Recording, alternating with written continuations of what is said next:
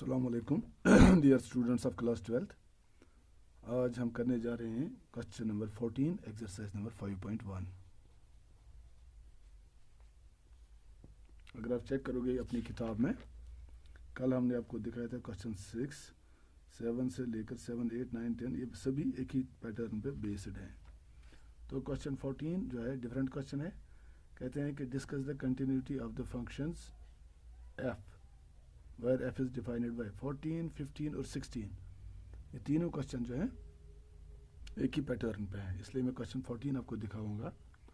f of x is equal to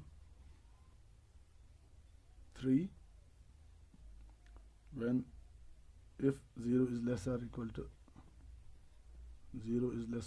to x less or equal to 1, 4 if 1 less than x less than 3, 5 if 3 less than or equal to x less than or equal to 10। तो गौर से अगर आप यहाँ देखेंगे, ये function जो है इसमें इसकी तीन डेफिनेशंस हैं। एफ एक्स इक्वल 3, 4 और 5। F x equal 3 if 0 is less than और इक्वल टू एक्स लेस और इक्वल टू 1। यहाँ अगर हम देखेंगे इसका डोमेन पहले चेक करेंगे। यहाँ 0 से स्टार्ट होता है इसका डोमेन। फर्स्ट डोमेन जो है इसका D1 में लिखूँगा यहाँ पे। D1 क्या है इसका? 0 लेस और इक्वल टू एक्स लेस और इक्वल टू 1। इसका मतलब है इसका डोमेन 1 जो है वो 0 से 1 तक है।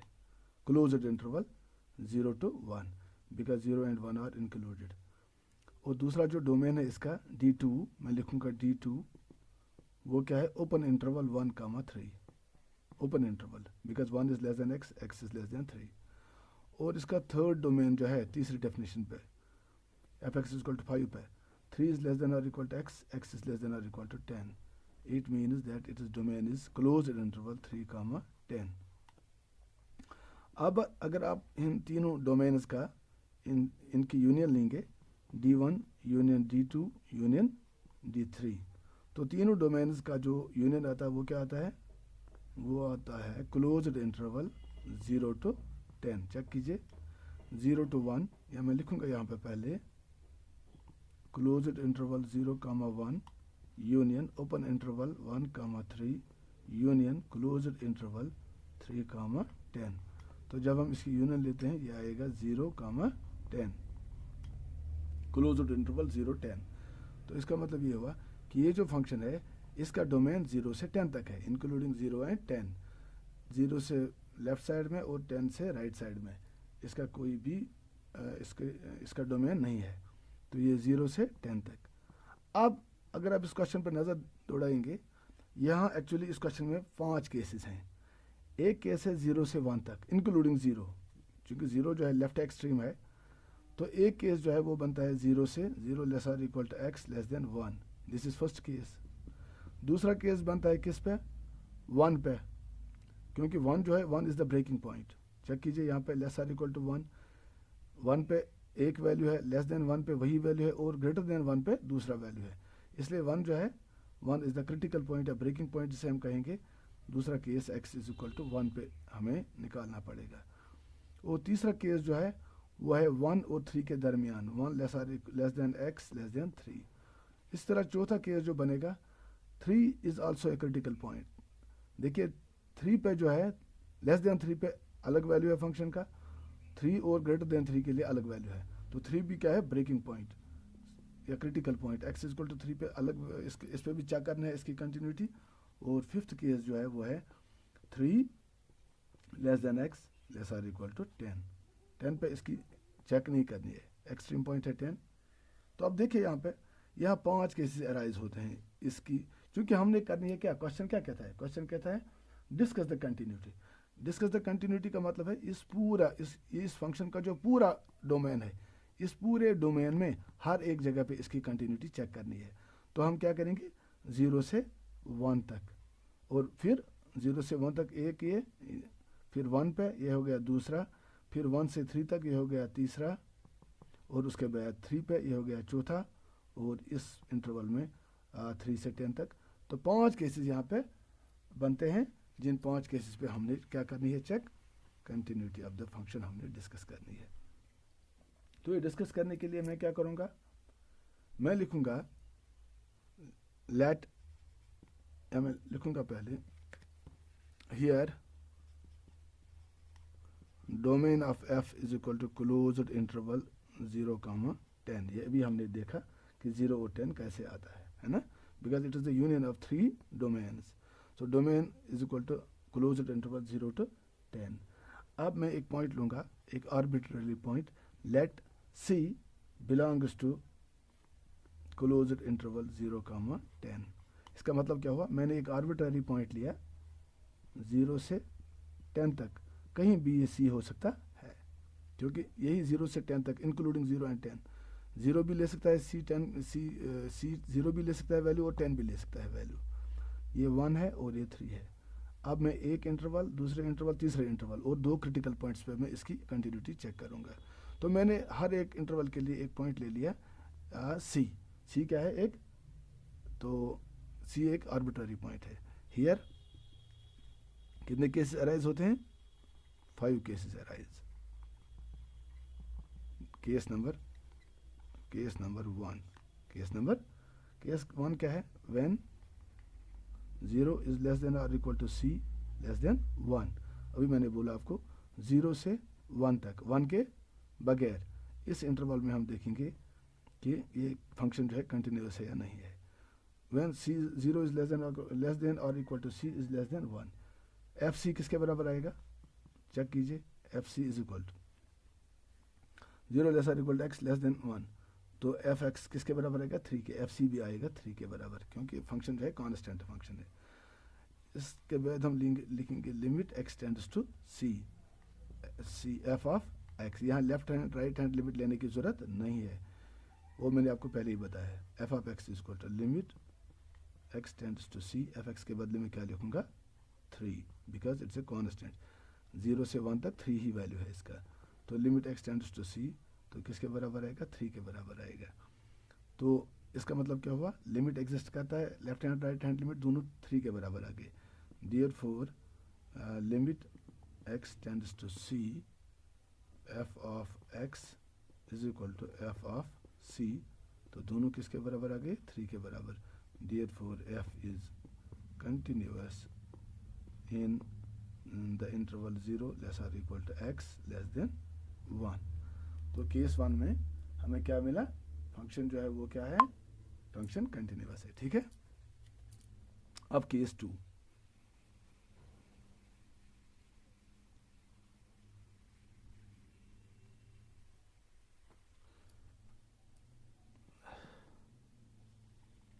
केस सेकंड केस में क्या लिखेंगे, when c is equal to 1। अब देखिए 1 2 जगह पे है, यही 1 2 जगह पर रिपीट हुआ है, 3 2 जगह पर रिपीट हुआ है, यही 2 पॉइंट्स इसके क्रिटिकल पॉइंट्स हो सकते हैं। तो when c is equal to 1, अब 1 पे क्या है, 1 पे फंक्शन की डेफिनेशन चेंज होती है। देखिए 1 से पहले एक वैल्यू है और 1 के बाद दूसरा वैल्यू है, तो लेफ्ट हैंड लिमिट और राइट हैंड लिमिट ये 2 डिफरेंट चीज़ें हैं, इसलिए 1 पे इस फंक्शन की डेफिनेशन चेंज होती है। तो हम 1 जो है 1 पे इसकी ये चेक करेंगे, तो लिखेंगे हम when c is equal to 1 f of c, when c is equal to x is equal to 1 f x is equal to 3, so f c किसके बराबर आएगा, 3 के बराबर आएगा। तो मैं लिखूंगा limit left hand limit x tends to 1 minus f of x is equal to limit x tends to 1 minus, तो 1 माइनस जब होता है लेस देन 1, उस समय एफ एक्स का वैल्यू क्या आता है, 3 आता है। तो चूंकि 3 जो है ये कांस्टेंट है, तो इसका वैल्यू लिमिटिंग वैल्यू भी 3 ही आएगा। इस तरह मैं लिखूंगा limit x tends to 1 plus f of x is equal. अब देखिए 1 plus means when x is greater than 1, जब हम राइट साइड से 1 पे आते हैं, एक्स इज ग्रेटर देन 1, तो 1 इज लेस देन एक्स, इसका दूसरा मतलब हुआ एक्स इज ग्रेटर देन 1। जब x इज ग्रेटर देन 1, तो उस टाइम एफ एक्स का वैल्यू 4 आएगा। तो मैं लिखूंगा limit x tends to 1 plus f x के बदले में लिखूंगा 4, तो that will be equal to 4। तो देयरफॉर यहाँ मैं लिखूंगा since left hand limit is not equal to right hand limit. देखिए यहाँ पे limit x tends to 1 minus f x is equal to 3, limit x tends to 1 plus is equal to 4। So left hand limit is not equal to right hand limit, therefore f is not continuous at x is equal to 1। हो गया, this was our second case. अब हम case 3 देखेंगे।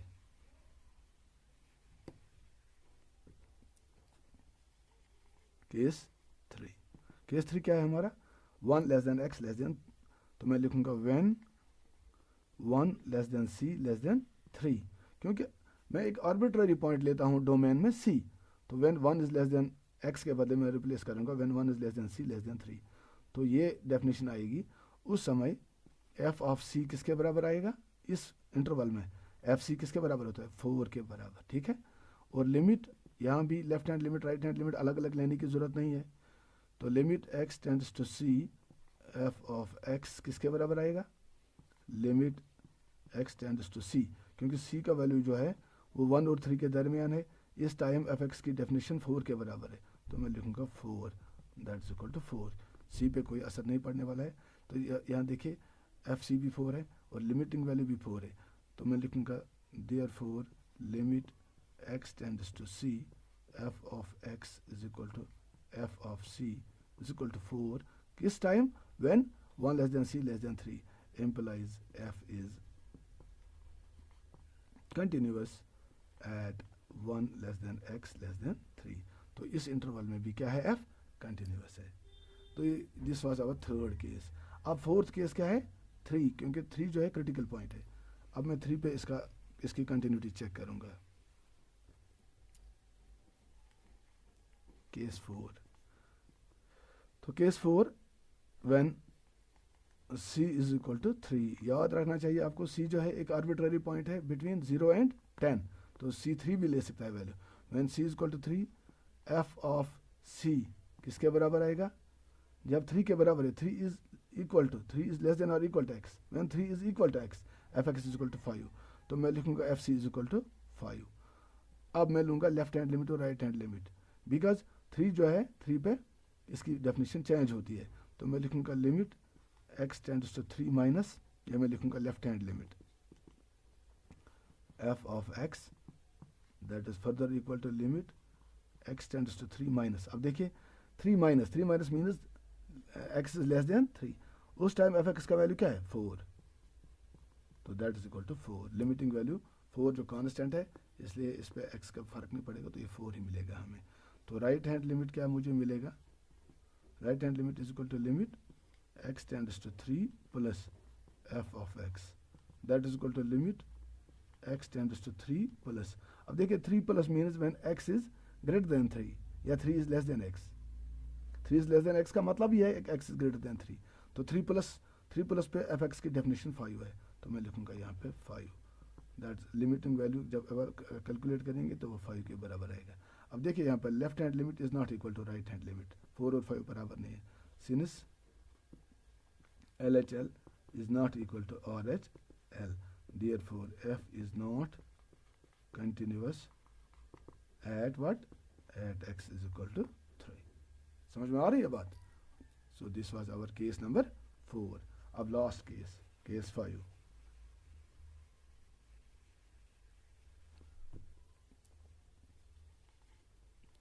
Case 5 क्या है, 3 is less than 3 equal to पे लिया, 3 is less than x less than 10, तो व्हेन 3 लेस देन x के बदले में क्या लूंगा, c less or equal to 10, तो ये लास्ट केस है। तो f ऑफ c किसके बराबर आएगा, 3 और 10 के दरमियान, f of c is equal to 5।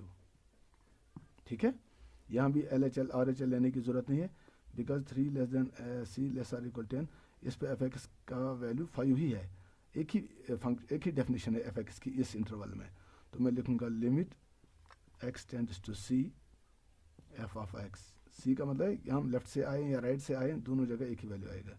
Limit x tends to c f of x is equal to limit x tends to c f x के बदले c का मतलब क्या है इस वक्त, 3 c का वैल्यू है 3 और 10 के दरमियान इंक्लूडिंग 10, तो when x tends to c f x के बदले मैं लिखूंगा 5, that is equal to limiting value calculate करके 5 ही मुझे मिलेगा।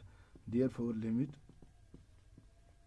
x tends to c f of x is equal to f of c is equal to 5, therefore f is continuous in किस interval में 3 less than 10 less 3 less than x less or equal to 10। तो अब हम थोड़ा देखेंगे हमने क्या किया, ये 0, this is 1, this is 3 and this is 10। इस इंटरवल में भी क्या है, f कंटिन्यूस है, इस इंटरवल में भी f कंटिन्यूस है, इस इंटरवल में भी f कंटिन्यूस है, सिवाय दो जगहों के। कहाँ कहाँ, एक 1 पे और एक 3 पे। इन दो पॉइंट्स पे जो हमारी फंक्शन है वो क्या है, डिसकंटिन्यूस है। Is it okay? Thank you, अल्लाह हाफिज़।